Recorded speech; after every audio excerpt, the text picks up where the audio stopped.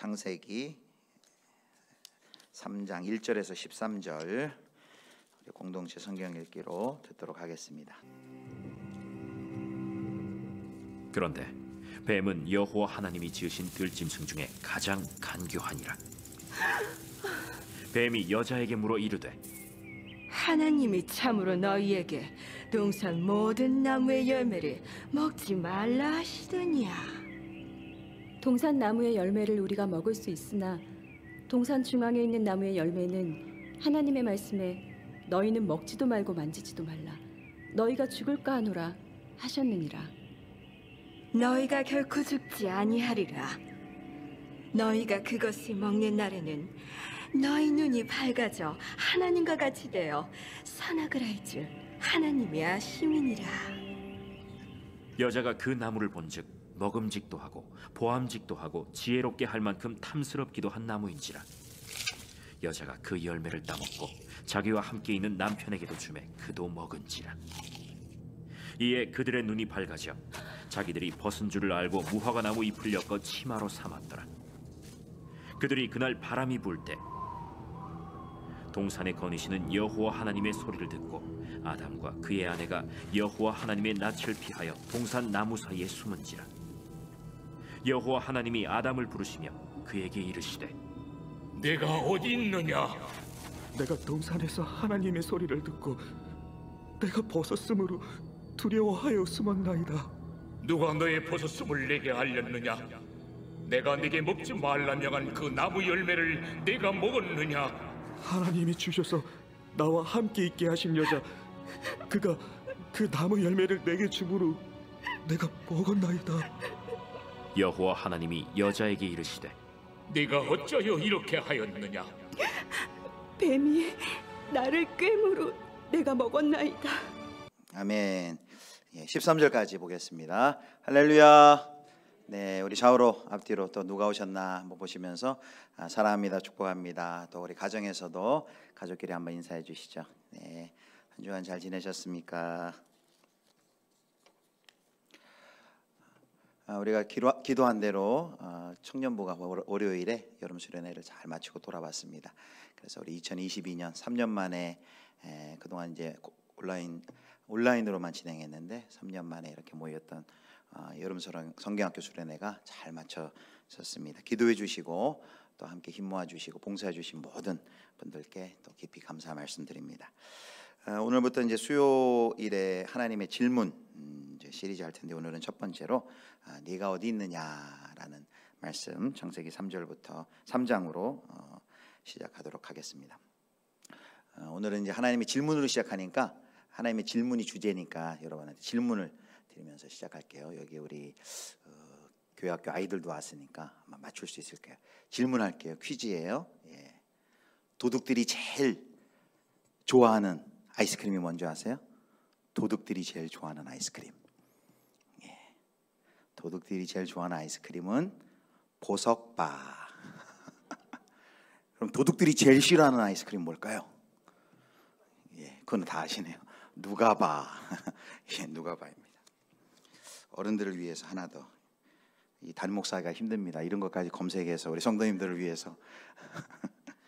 화장실에서 방금 나온 사람을 뭐라 그럴까요? 화장실에서 방금 나온 사람, 예. 일본 사람, 예. 일본 사람, 예. 이제 우리가 살아가면서 이런 재밌는 퀴즈도 하고 이제 이거 질문해서 하는 퀴즈인데 이런 재밌는 퀴즈도 있지만 살아가면서 어려운 일을 당할 때마다 우리가 막 질문합니다. 우리가 지난주 금요일에 38 나서부터 맹인된 맹인 이야기도 했지만 왜 하나님 이런 일이 생깁니까? 하나님께 질문하기도 하고 도대체 이 어려움을 어떻게 극복해야 됩니까? 질문하기도 하고 도대체 나는 왜 여기 와 있는 거예요? 이런 여러 가지 질문들을 이제 우리가 합니다.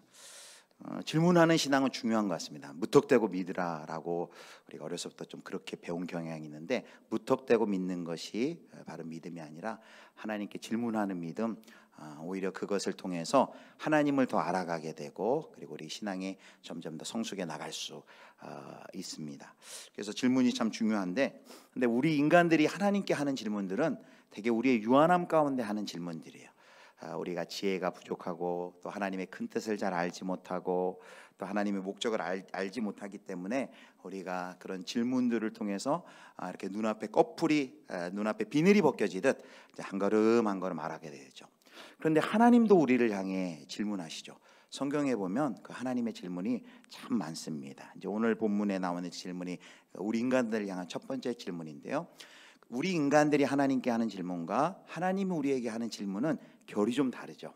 우리 인간들이 하는 질문은 우리가 방금 살펴본 것 좀 잘 몰라서 하나님의 큰 계획과 뜻을 모르기 때문에 유한하기 때문에 어떤 상황 속에서 하는 질문이라면은 하나님께서 우리 인간에게 하는 질문은 어떤 큰 의도를 가지고 계시고 우리에게 뭔가를 깨우치게 하시기 위한 그런 또 아주 중요한 매우 근본적인 질문을 우리 가운데 해 주십니다.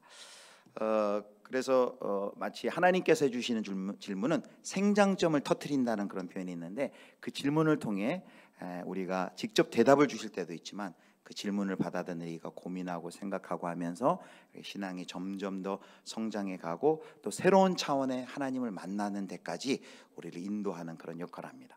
대표적인 경우가 성경에서 보면 그 욥의 질문이에요. 욥이 질문하고 또 하나님이 욥을 향해 질문하는 그 이야기를 보면 방금 제가 한 이 이야기가 그대로 나와 있습니다. 동방의 의인으로 불리우던 욥이 갑작스럽게 고난이 그에게 찾아오죠. 아들 딸들이 다 잔치하다 죽게 되고 자신은 피부병에 걸리게 되고 이런 좀 죽고 싶어도 죽지 못하는 그런 상황 속에서 친구들과 막 대화를 나누죠. 친구들은 너 뭘 잘못했는지 빨리 얘기해라. 네가 분명히 뭔가 죄를 졌기 때문에 이런 결과가 있을 것이다. 인과응보적인 그런 질문이 오가고 또 대답하고 원망하고 그런 가운데 이 욥이 질문합니다. 하나님, 어찌 제게 이런 시련을 주십니까? 제 주님께서 어릴 때 죄악을 찾으시는 겁니까? 제가 주님의 뜻을 따라 살았음을 주님 잘 알지 않습니까? 이렇게 하나님께 하소연하지만 하나님께서는 아무런 대답을 하지 않으세요. 그리고 이제 비로소 욥과 친구들의 그 모든 대화가 끝나고 그리고 욥의 기도가 모두 끝난 후에야 하나님께서 드디어 욥기 38장에 보면 짠 하고 욥에게 나타나십니다. 그리고 이제 욥에게 말씀을 하세요. 뭐라고 말하냐면 무지하고 헛된 말로 나의 뜻을 가리는 자가 누구냐? 너는 대장부처럼 허리를 묶고 내 질문에 대답해 보아라. 라면서 그 다음부터 하나님이 폭풍 질문을 이제 막 던지시는 걸 볼 수 있습니다. 뭐라고 질문하냐면 이제 그 38장 내내 하는데 요약하면 몇 가지만 들면 내가 땅에 기초를 놓을 때 네가 어디에 있었느냐? 누가 이 땅을 설계했으며 누가 줄을 치고 그물 그었느냐? 누가 홍수를 위해 물길을 터줬느냐? 너는 별자리들을 각각 제때 이끌어낼 수 있느냐? 한 가지 질문 모두 뭐 욥이 대답할 수 있는 질문들이 아니죠. 욥이 한마디도 대답을 못합니다.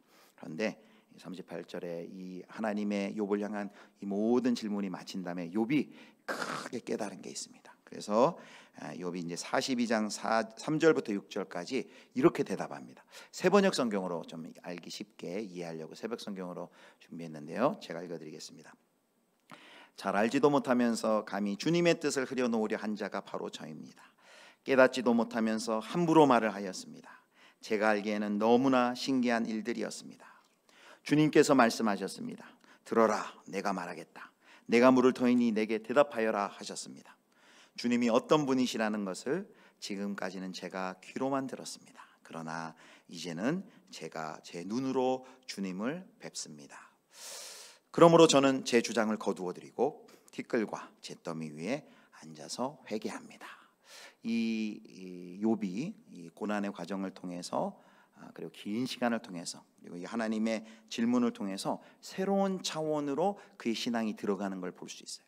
전에는 인과응보적인 그런 사고 가운데 그가 매여 있었더라면 이제 그가 새로운 가치를 깨닫게 돼요. 전에는 지성이면 감천이라는 그 샤머니즘적 사고 가운데 그가 있었더라면 이제 새로운 하나님을 만나게 돼요. 전에는 권성징악이라는 그런 윤리적 가치에 사로잡혔다면 이제 그것을 뛰어넘는 그것을 깨부시는 그 하나님의 새로운 차원의 하나님의 세계에 하나님을 만나는 역사가 이 욥기서에 이제 하나님의 질문을 통해 이런 일이 나타납니다.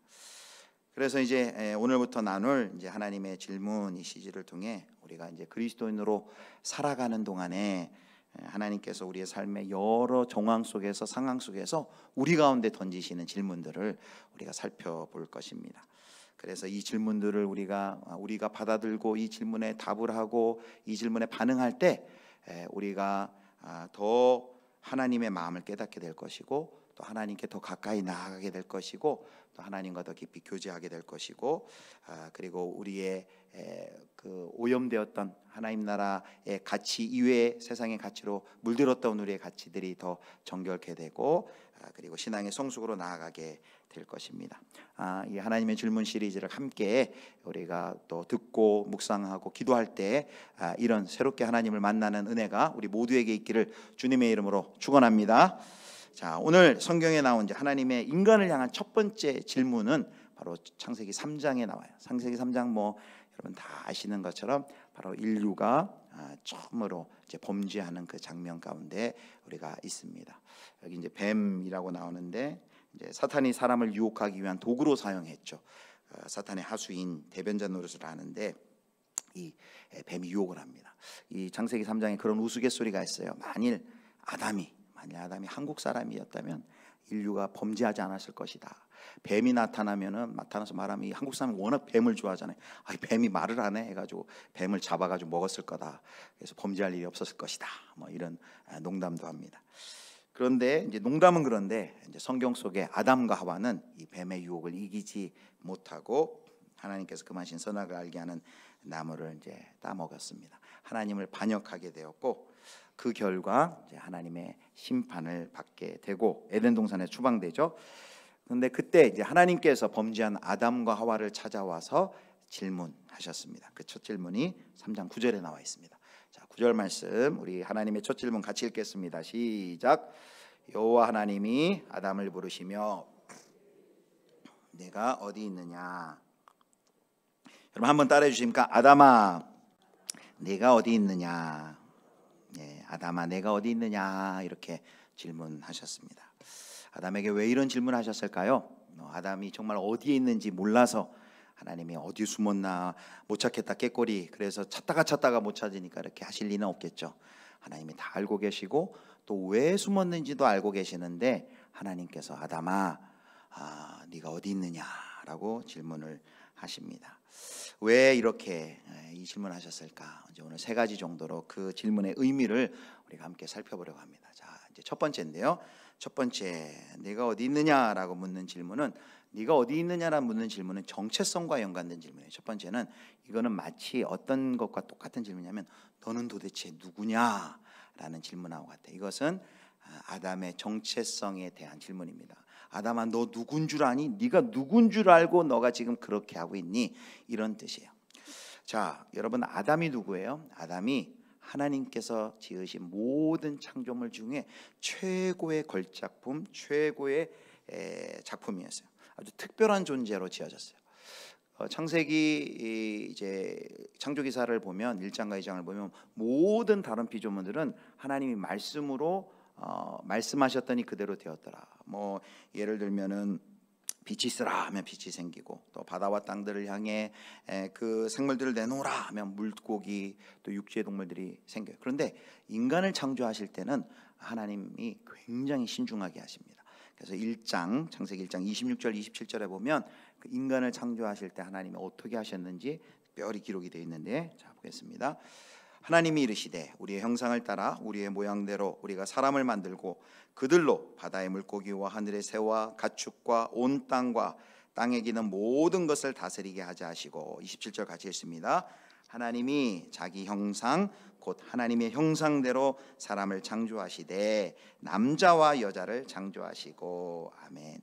여기 인간을 창조할 때는요 사람이 있어라 그렇게 하지 않고 여기 하나님이 이르시되 우리의 형상을 따라 우리의 모양대로 우리가 사람을 만들고 하나님의 특별한 의지적 결단이 1장 26절에 보면 강조되고 있습니다. 그리고 그 성부 성자 성령 삼위 하나님이 그들의 의지를 모아서 인간을 창조했는데 그 인간을 뭐라고 어떻게 창조했냐면 하나님의 형상으로 창조했다라고 말합니다. 여기 이제 형상이란 그 말의 단어의 뜻은요 거울에 비친 모습 이런 뜻이 있고 또 종이 위에 찍힌 도장의 형태를 가리키는 단어입니다. 우리말로 번역된 이 형상이라는 그 히브리 말이 이제 첼렘이란 단어인데 히브리 첼렘이란 단어가 구약 성경에 모두 17번이 쓰이는데 모두 사람에게만 쓰여요.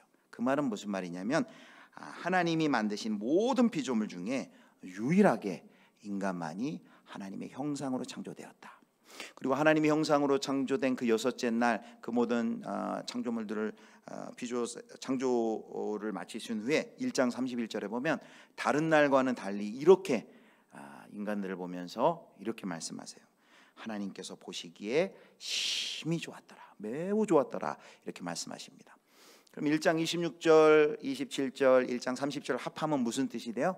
하나님께서 인간을 아주 특별한 존재, 하나님의 형상으로 만드셨고 그를 인간들을 심히 기뻐하셨다, 이런 뜻이 됩니다.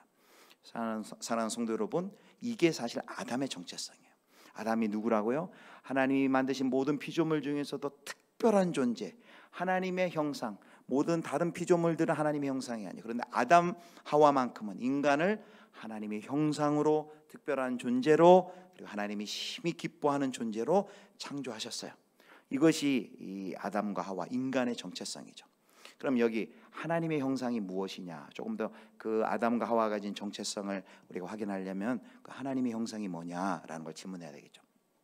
이 하나님의 형상이라는 주제는요, 이 논문 막 책, 하나님의 형상이라는 책 제목인데 막 책 두께가 막 이 정도로 막 논문도 많고 이 주제에 대해서 많은 연구가 있습니다. 그런데 그냥 간단하게 이야기하면 여러 가지로 설명할 수 있는데 그 가장 대표적인 거 두 가지만 얘기하면 하나님의 형상이라는 것은 이런 뜻이 있어요. 하나님을 대리해서 통치한다. 그러니까 부왕이라는 뜻이 있어요. 하나님을 대리해서 통치하는 거예요. 이 땅의 모든 하나님이 만드신 피조 세계를 하나님을 대리해서 하나님께서 위임하신 거예요. 청지기로서 생육하고 번성하여 땅에 충만하라, 땅을 정복하라, 다스리라 하면서 하나님의 대리자로서 온 피조 세계를 다스리는 하나님의 형상, 하나님의 대리자로 세웠다는 거예요. 그리고 하나님의 형상이라는 의미 중에 또 하나가 하나님과 교통하고 관계할 수 있는 존재다, 이런 뜻이 있어요. 이것을 합치면은 이것이 바로 아담과 하와, 사람의 정체성이고, 아담과 하와는 그 에덴 동산에서 그렇게 살아야 됐어요. 하나님의 형상으로서, 하나님의 대리자로서 자기가 온 세상의 창조주라는 것이 아니라 하나님의 위임을 받은 청지기로 하나님의 대리자로서 온 땅과 피조 세계를 잘 다스리는 역할을 잘 감당하고, 하나님이 나를 기뻐하시는구나, 하나님은 나를 사랑하시는구나 라는 이런 존재를 가지고 하나님을 잘 섬기고 세상을 잘 다스려야 하는 그런 정체성을 가지고 살아나가야 한 것이죠. 그런데 어떤 일이 일어난 겁니까? 그 사탄의 뱀의 꾀임에 빠져서 하나님을 향하여 반역하고 하나님을 향하여 자기를 주장하는, 여러분 죄의 핵심은 뭐냐면 하나님을 향한 옳지 않은 태도인데 그게 뭐냐면 자기를 주장하는 거예요. 자기가 하나님 자리를 탐하는 것이죠. 요즘 그런 말 많이 하죠. 선을 넘었다. 피조물로서 선을 넘은 것입니다. 이것은 하나님의 형상으로서 자기의 정체성을 잊은 거예요. 자기의 정체성을 잊고 하나님 앞에 범죄를 한 것이죠. 그런데 사랑하는 성도 여러분, 아담만 그런 시험을 당하는 것이 아니라 이 시대, 인류 역사상 가장 풍요로운 시대를 살고 있다는 이 시대 가운데도 우리 가운데 이런 자기 정체성을 잃어버리는 그런 일들이 있고, 결국은 자기 정체성을 잃어버릴 때 지금 아담과 하와가 받았던 유혹처럼 많은 사람들이 인간됨, 하나님의 형상으로 지어진 인간됨을 잃어버리는 이런 죄악 가운데 빠지게 되는 것이죠. 그래서 우리는 늘 나는 누구인가, 우리는 누구인가, 바로 그리스도 예수 안에서, 우리는 특별히 예수 그리스도를 주로 고백하는 우리 믿음의 성도들은 이 성경 말씀 안에서 늘 내가 누군지, 우리가 누군지 늘 확인을 해야 됩니다. 늘 확인하지 않으면, 그것이 우리 안의 정체성으로 분명히 서 있지 않으면 어떠한 일이 일어납니까?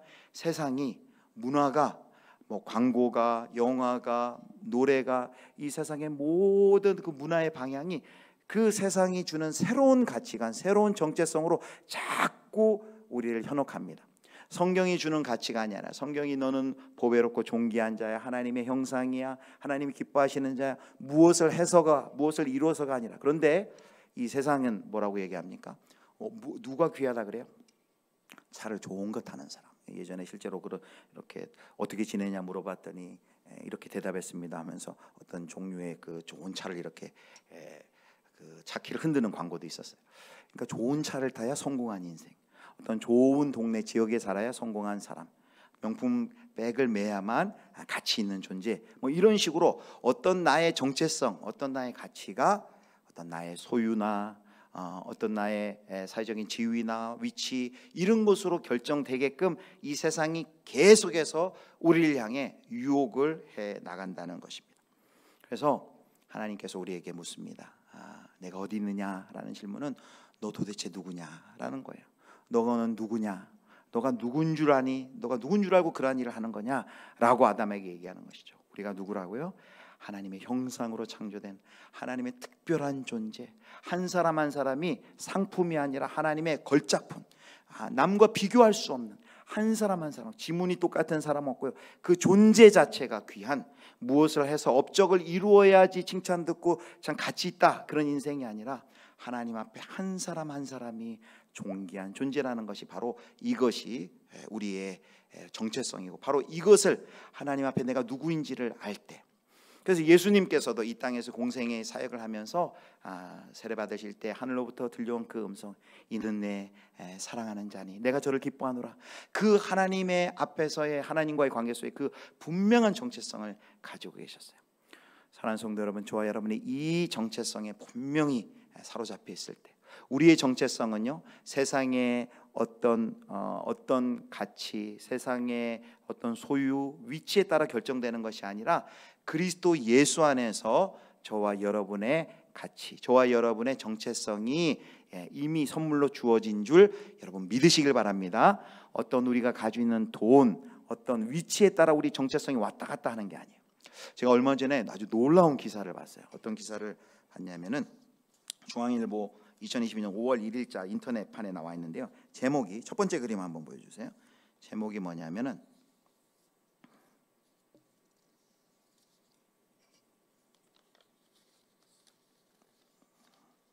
제목이 이렇게 돼 있어요. 2시간 만에 30억 버는 광경을 보고도 그 RPD 암호화폐 안 한다. 그래서 여기 이제 오른쪽에 있는 사람이 이제 2017년에 이제 막 그 암호화폐가 시작이 될 때 그 취재를 했었어요. 그런데 지금 요 자리에서, 앉은 자리에서 보여주는 거예요. 한 투자자를 인터뷰했는데 이제 그때는 이제 아직 비트코인이 유명할 때가 아닌데 비트코인이 돈이 된다는 소식을 듣고 이제 그것이 알고 싶다 해서 이제 취재를 했어요. 비트코인 하는 사람하고. 근데 그 자리에서 재산을 보여준다 해가지고 가상화폐 거래소 화면을 켰는데 280억 원이 거기 있는 거예요. 그리고 심지어 인터뷰를 하는 거 2시간 진행하고 나니까 다시 봤는데 재산이 310억 원으로 올라져 있는 거예요. 그래가지고 이제 이 기자가 질문했어요. 아니 그렇다면 당장 이 돈을 현금화할 수 있느냐라고 하니까 그 사람이 바로 그 투자자 계좌에 2억 원이 이제 입금이 되는 거를 보여주는 거예요. 이분이 이제 SBS 박경식 PD란 분인데 이걸 옆에서 이제 보고 막 2시간 만에 막 30억이 올라가고 이 돈으로 받고, 이게 보니까 막 눈이 막 돌아가는 거죠. 놀라움을 금치 못했어요. 그런데 이분이 취재를 다 마치고 한 말이 있어요. 두 번째 사진 보여주세요. 두 번째. 이제 오른쪽에 그 기자인데요. 이분이 이렇게 얘기했습니다. 자기는 가상화폐 투자를 하지 않겠다. 그렇게 얘기해요. 그 이유가 뭔 줄 아세요? 그 밑에 이제 나와 있는데 뭐라고 얘기하냐면 이렇게 얘기해요. 그 당시도 그렇고 지금도 그렇고 가상화폐 투자하는 게 인생에 좋다고 생각하지 않습니다. 30억이면 하고 싶은 뭐 거의 모든 것을 할 수 있는 금액이 아닌가 싶습니다. 그렇지만 이렇게 얘기해요. 이런 삶에 한번 맛을 들이면 평범한 삶을 다시 못 살지 않을까 생각합니다. 이렇게 생각하면서 이 PD는 자기는 그렇게 하지 않겠다. 그러니까 이 사람에게는 분명 가치가 있죠. 돈보다 더한 가치가 이에게는 있는 것. 돈 때문에 잃고 싶지 않은 그 가치가, 여기는 이제 평범한 삶을 다시 못 살지 않을까 생각합니다. 이렇게 말했습니다. 뭐 가상화폐가 좋다 나쁘다 그런 것을 얘기하는 것이 아니라요. 분명한 자기만의 가치와 정체성이 있을 때 어떠한 유혹도 이겨낼 수 있는 것이죠. 사실 우리도 예수 믿지만 이 돈 앞에 흔들리지 않을 사람이 없습니다. 그러나 그래서 우리가 말씀이 필요하고 성령님의 붙들어 주신 것, 성령의 충만함이 필요하지 않습니까? 돈으로도 살 수 없는 세상의 권세로도 빼앗아갈 수 없는 이 예수 그리스도로 말미암아 우리가 선물로 받은 이 정체성, 그리스도 예수 안에서 예수님이 십자가에 죽으시기까지 죽을 수밖에 없을 정도로 내가 죄인이지만, 그러나 예수님이 십자가의 희생할 정도로 하나님이 나를 사랑하신다는 그 하나님의 사랑에 붙들려 있다는 그 정체성에 우리가 붙들려 있을 때 어떠한 유혹이 올지라도 우리는 그 유혹을 이겨낼 수 있는 것이죠. 사랑하는 성도 여러분, 첫 번째 질문을 통해서 내가 어디 있느냐는 질문을 통해서 너 누군 줄 아니? 너 예수 그리스도를 통해 내가 너를 보배롭고 존귀하게 하나님의 자녀로 너를 십자가의 보혈로 너를 구속한, 너는 아무런 조건 없어, 네가 아무 것을 하는데 너는 존재 자체로 존귀한 자다 라는 이 성도의 정체성을 분명히 가지시고 또 세상의 유혹을 이기시는 성도님들 되시기를 주님으로 축복합니다. 자, 이게 첫 번째고요. 자, 두 번째는 이제 관계에 대한 질문이에요. 첫 번째는 너는 나와 어떤 관계에 있느냐라는 질문입니다. 이제 관계에 대한 질문이에요. 질문이란 게 그렇죠. 질문을 해서 상황을 되돌아보고 생각하게 하고 대답을 이끌어내는 것이 질문의 목적입니다. 그래서 하나님께서 우리의 삶이 잘못되었을 때, 뭔가 되돌이켜야 될 때, 삶에 뭐가 필요할 때, 깨달아야 할 것이 있을 때 우리의 삶 가운데 찾아와서 하나님이 이런 질문을 하십니다.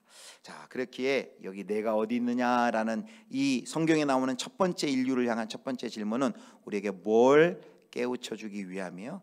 너 도대체 나와 어떤 관계 속에 네가 있느냐라는 질문을 우리 가운데 하고 있는 것이죠. 단순히 아담이 어디 숨었느냐, 어떤 장소를 묻는 것이 아니라 너 나와 지금 어떤 관계이니? 라고 우리 가운데 질문을 하고 있는 것입니다. 하나님이 이 질문할 때 지금 아담이 뭐 하고 있었어요? 숨었어요. 왜 숨었을까요? 두려워서 숨었습니다. 여러분, 바로 이 죄가 그런 역할을 합니다. 죄를 지으면 두려움이 생깁니다. 하나님의 낯을 피하게 됩니다. 그러나 하나님의 낯을 피해 우리가 숨을 곳이 없죠.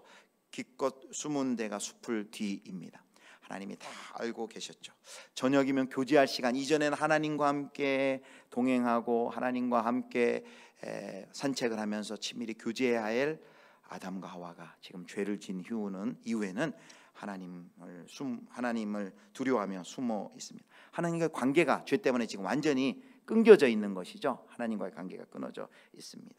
그래서 하나님이 우리에게 질문하세요. 너 지금 나와 어떤 관계이니? 어떤 관계? 여러분, 관계가 깊다라고도 얘기하고 그냥 아는 정도의 관계도 있을 수 있어요. 관계라는 것은 깊을 수도 있고 그냥 대면 할 수도 있는 것이죠. 그래서 이 질문은 우리가 그냥 예수님을 믿는다고 나는 하나님과 관계가 좋아라고 얘기할 수 없는 것이죠. 늘 이 질문에 나는 정말 하나님과 생명의 관계를 지금 유지하고 있는가?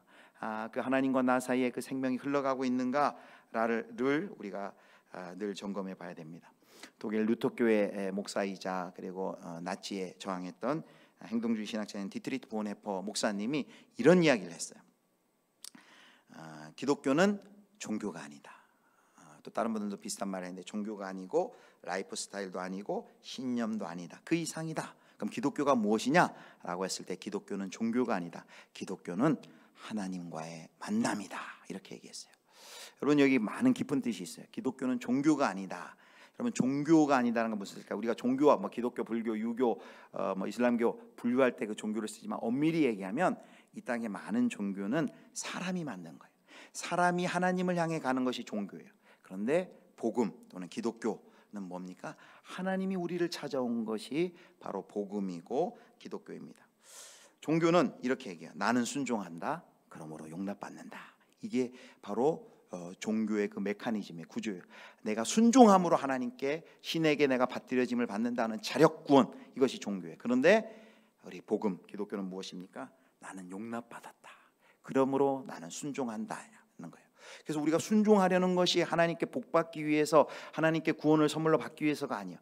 받아들여졌기 때문에, 값없이 받아들여졌기 때문에 우리가 하나님을 더 알기 위해 순종하고 하나님을 더 기뻐하기 위해서 우리가 순종하는 것이죠. 그것이 바로 종교가 아니라 하나님과의 진정한 만남이에요. 그래서 우리는 똑같이 예수님을 믿는 것처럼 똑같이 주일이면 교회에 나와서 예배드리고 똑같이 헌금하는 똑같은 외견상으로는 별 차이가 없어 보이지만 아직도 여전히 종교인이 있어요. 종교 생활을 하는 분들이 있어요. 하나님의 이 사랑의 매기보다는 그 종교 생활, 율법 생활, 하나님은 어떤 축복을 주는 어떤 도구요 자판기와 같이 생각하고 내가 순종하는 이유는 하나님께 복받기 위함인, 그래서 이 종교 생활이 어려워지는 거죠. 내가 노력을 해야지만 하나님으로부터 칭찬 들을 것이고 뭔가 하나님부터 보상을 받을 것이기 때문에 종교 생활은 어려운 것이죠. 그러나 하나님을 만나면, 진정으로 만나면 종교 생활이 아니라 기쁨으로, 감사로 순종하게 되는 것이죠. 그리고 하나님을 만날 때, 그 구속의 은혜를 경험할 때, 그 진리를 깨달을 때, 그 영광을 볼 때 세상에 같이 하는, 세상 사람들은 왜 저 사람은 저렇게 어리석게 살까라고 할 정도로 세상이 이해할 수 없는 발걸음을 그들이 내딛는 것이죠. 디트리트 보네포 목사님이 그런 삶을 살았어요. 2차 세계대전 때 미국에서 교육사를 하고 있고 뭐 남부럽지 않게 편하게 살 수 있었어요. 그런데 조국에 지금 나치가 온 유럽을 지금 황폐화하고 많은 사람이 신음하고 있는 그때 그가 고민하게 됩니다. 기도하게 됩니다. 그리고 디모데후서의 그 사장의 그 말씀, 겨울전에 속효라는 그 말씀을 하나님께서 자기에게 주시는 말씀으로 그가 받아들이고 그가 귀국을 합니다. 그리고 반나치를 위하여서 그리고 특별히 히틀러를 죽이기 위한 암살 업무에 참여했다가 1944년 붙들려 가지고 45년 형장의 이슬로 그가 사라집니다. 그가 편한 삶을 살 수 있었지만 하나님을 만나버렸어요. 그리고 하나님의 진리를 알아버렸어요. 그가 깨달은 진리가 무엇입니까? 그가 알아버린 것은 잠시 사는 이 땅에서 가장 소중한 것은 그의 책 제목이 있어요. 나를 따르라. 나를 따르라는 그분의 부르심에 순종하는 것이라는 것을 알고 그 미국에서의 모든 생활을 버리고 조국으로 왔고, 그래서 거기서 남이 가지 않는 그 길을 하다가 이제 하나님 나라의 순교자의 반열에 그는 들어갔습니다. 그가 이렇게 말합니다. 믿는 자만이 순종하고 순종하는 자만이 믿을 수 있다. 하나님을 만날 때, 하나님을 그냥 종교인으로 만나는 것이 아니라 하나님을 진정으로 만날 때 하나님과 바른 관계를 맺고 끈끈한 관계를 맺는 것이죠. 구체적으로 하나님의 말씀에 순종하는 삶, 하나님의 말씀에 서 있을 때 우리가 하나님과의 만남, 바른 만남을 한다고 할 수 있는 것이죠. 지금 내가 어디 있느냐라는 이 아담을 향한 질문은 지금 네가 나와 그런 관계 가운데 있으면 안 되지 않느냐라는 것이죠. 동일하게 우리에게도 묻습니다. 저와 여러분은 지금 하나님과 어떤 관계 가운데 있습니까? 신앙생활을 오랜 신앙의 경력이 하나님과의 관계를 보장해 줍니까? 어떤 교회에서 맡은 어떤 직분이 하나님과 우리와의 관계를 자동적으로 보장해 줄까요? 그렇지 않습니다. 생명이신 하나님을 우리가 만나야 됩니다. 그 하나님을 만날 때 우리가 하나님 나라 백성답게 살아갈 수 있습니다. 자, 이제 마지막 세 번째입니다. 세 번째는 이것이죠. 세 번째는 바로 회복으로의 초대입니다. 내가 어디 있느냐라는 것은 하나님의 마음이 거기 들어 있어요. 하나님께로 돌아와라. 하나님께로 돌아와라. 너 나에게 돌아와라 라는 하나님의 그 회복으로의 초대요, 회복으로의 마음입니다. 하나님은 찾아오시는 하나님이에요. 그렇게 죄지은 인간을 향해. 성경에 보면 성경에 많은 경우 하나님께서 찾아오십니다. 하나님이 찾아오시기에 예수님이 성육신하셔서 이 땅에 오셨고, 공생의 3년 동안도 우리 요즘에 금요일마다 예수님이 만난 사람들 하지만 다 예수님을 찾아가고 예수님이 직접 찾아가요. 나사로를 찾아가시고 38년 된 병자, 선천적으로 맹인된 자 만나기도 하시고 찾아가기도 하시고 죄인을 찾아가시는 하나님이세요. 그런데 여기 아담을 왜 찾아갔을까요? 그 죄인을 왜 찾아갔을까요? 너 내가 그만 것 먹었으니 오늘 너 제삿날인 줄 알아라. 너 끝장이다. 그렇게 하려고 찾아가셨을까요? 네가 어디 있느냐라는 질문을 통해서 다시 한번 하나님께서는 아담에게 회복의 기회를 주시기 위해서 이런 질문을 하신 거예요. 너의 잘못을 깨닫고 지금이라도 늦지 않았으니 돌이켜라. 너는 어디 있느냐? 네가 지금 어디 있느냐? 아담아, 네가 어디 있느냐? 그 말은 곧 돌아와라 라는 하나님의 초대인 것이죠. 아담을 향해 하나님께서 이렇게 초대했지만, 그래서 그 아담을 찾아오셔서 이렇게 하신 그 하나님의 질문은 사랑의 발로라고 할 수 있어요. 근데 아담은 그 뒤에 이제 10절, 11절 이렇게 보면 내가 어디 있느냐는 질문에 아담이 이렇게 대답했어요. 내가 벗었으므로 내가 어디 있느냐 할 때 내가 벗었으므로 두려워서 숨었나이다. 그러자 하나님께서 다시 한번 질문해요. 누가 너의 벗었음을 내게 알렸느냐? 내가 내게 먹지 말라 명한 그 나무 열매를 내가 먹었느냐? 질문합니다. 그러자 12절에 아담이 이렇게 대답해요. 우리 12절 말씀 같이 읽겠습니다. 시작. 아담이 이르되 하나님이 주셔서 나와 함께 있게 하신 여자 그가 그 나무 열매를 내게 주므로 내가 먹었나이다. 아멘. 이 말로는 겉으로 보면은 저 하나님 저 안에 주신 그 하와 이브 때문에 그렇습니다 하는데 그걸 가만히 보면 하나님을 원망하는 거예요. 모든 탓을 하나님께 돌리고 있는 거예요. 하나님이 내게 주신 아내 이렇게 말합니다. 하나님이 안 주셨더라면 내가 범죄하지 않았을 텐데 아니 어떻게 하나님이 이렇게 저런 여인을 저에게 주셔가지고 하나님 탓이 있습니다 하고 하나님께 핑계를 돌리는 것이죠. 아담은 그 깨어진 하나님과의 관계 그 죄를 하나님께 탓을 돌립니다. 아담이요 이때 정말 무릎 꿇고 하나님 앞에 회개했더라면 우리가 그런 상상을 해봅니다. 회개했더라면 어떠했을까요? 하나님 잘못했습니다. 용서해 주세요. 제가 하나님 명령하신 것 올바로 지키지 못했습니다. 제 아내가 선악과를 권했을 때 책망하면서 하나님의 명령을 지켜야 된다고 제가 이야기했어야 되는데 제가 어리석었습니다. 그렇게 못했습니다. 하나님 저를 용서해 주십시오. 저와 제 아내가 잘못했습니다. 하나님 신뢰하지 못했습니다. 하나님 용서해 주시고 불쌍히 여겨 주십시오. 이렇게 했더라면 하나님이 어떻게 응답하셨을까? 그렇게 진심으로 회개했더라면 분명 하나님께서 다시 회복할 길을 하나님께서 분명히 열어주셨을 것입니다. 그러나 아담은 그렇게 안 했죠. 핑계대었죠. 그런데 놀라운 것은 사랑하는 성도 여러분, 하나님께서 이들을 위해 죄를 짓고도 돌이키지 않는 이들을 위해 그냥 이 하나님이 만든 피조세계 다 끝장내리자고 이제 끝 모든 게 끝이다. 오늘부로 온 세상 인류 멸망이다. 끝내지 않고 하나님이 작정하셨습니다. 이 고장나고 깨어진 이 인류를 끝까지 포기하지 않고 그들을 설득시키고 그들을 돌아오게 하려는 그 하나님의 계획이 오늘 3장 가운데 나타나요. 그게 이제 3장 15절인데 성경 신구약 성경에서 처음 복음이 나온다 그래서 이걸 원시복음이라 불러요. 자, 3장 15절 원시복음이 뭘까요?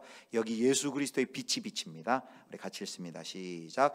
내가 너로 여자와 원수가 되게 하고 내 후손도 여자의 후손과 원수가 되게 하리니 여자의 후손은 내 머리를 상하게 할 것이요 너는 그의 발꿈치를 상하게 할 것이니라 하시나이다. 예. 자, 여기 3장 15절에 무엇을 약속하십니까? 여인의 후손을 통해 올 그 예수 그리스도를 창세기에 약속을 해주십니다. 그래서 이제 앞으로 허물을 벗고 하나님 앞에 나올 자에게는 아담에게 준 그런 엮은 나뭇잎이 아니라 어린 양 피 흘리시는 예수 그리스도를 예배해 주시고 그 예수 그리스도를 통해 하나님과 우리와의 관계를 회복시키겠다는 하나님의 구속의 계획이 3장에 이렇게 세워지고 앞으로 진행이 됩니다. 사랑하는 성도 여러분, 오늘 세 가지 내가 어디 있느냐, 아담아 내가 어디 있느냐라는 질문을 살펴봤어요. 오늘도 우리는 신앙생활 할 때 저와 여러분에게 하나님이 우리의 이름을 부르시면서 물어보실 것입니다. 정일아 네가 어디 있느냐, 하영아 네가 어디 있느냐라고 우리에게 물어보실 것입니다. 그렇게 묻는 것은 무슨 뜻이라고요? 정리하겠습니다. 세 가지. 첫 번째 너는 도대체 누구냐, 네가 누군 줄 아느냐라고 우리의 정체성에 대해 물어보는 것. 너는 내가 보배롭고 존귀하게 특별한 존재로 하나님의 형상으로 만든 자야. 너의 가치, 너의 정체성은 세상의 어떤 돈이나 권세나 명예에 의해서 세상의 문화가 말하는 대로 그것에 따라 움직이는 것이 아니라 너는 너의 모습이 있는 그대로 내가 너를 위해 예수 그리스도를 희생하시, 나의 아들 예수를 희생하기까지 사랑한 자이다라는 그 존재의 정체성에 대해서 그것을 확신하도록 우리에게 말씀하십니다. 첫 번째, 너는 누구냐 우리에게 정체성을 묻고, 두 번째는 그렇다면 그렇게 하나님의 형상으로 창조된 하나님의 백성, 하나님의 기쁨을 받는 그런 우리는 하나님과 너는 나는 어떤 관계에 있느냐라는, 그냥 형식적으로 교회에 왔다 갔다 하는 그런 종교인이 아니라 정말 그 복음을 경험하고 그 하나님의 사랑을 경험하고 하나님의 은혜를 경험하고 하나님의 생명을 경험하고, 그래서 그 세상의 가치가 아니라 정말 성경이 말하는 그 하나님의 가치, 하나님 나라의 가치를 붙들고 세상이 뭐라 할지라도 그것을 위하여 그 십자가의 길, 세상과 다르게 사는 그 삶을 살아가는 그런 관계, 그런 관계 가운데 너가 있느냐라고 질문을 하십니다. 마지막으로 하나님께로 돌아오라. 우리에게 잘못된 순간 우리에게 기회를 주세요. 죄인을 찾아오시는 예수님은 우리가 한번 잘못했다고 끝장내시는 것이 아니라 계속해서 우리를 권면하고 회유하시고 얼레고 달르셔서 우리를 돌아오도록 만드십니다. 저와 여러분이 이제 대답할 차례입니다. 하나님께서 내가 어디 있느냐라고 질문을 할 때 바로 이렇게 우리 하나님 앞의 정체성과 그리고 우리 하나님 앞에 바른 관계를 맺고 그리고 혹 하나님 앞에 잘못된 길을 걸을 때 되돌아서서 속히 주님께로 돌아오는 이런 은혜의 역사가 이 말씀을 듣는 우리 모두 가운데 있기를 주님의 이름으로 축원합니다.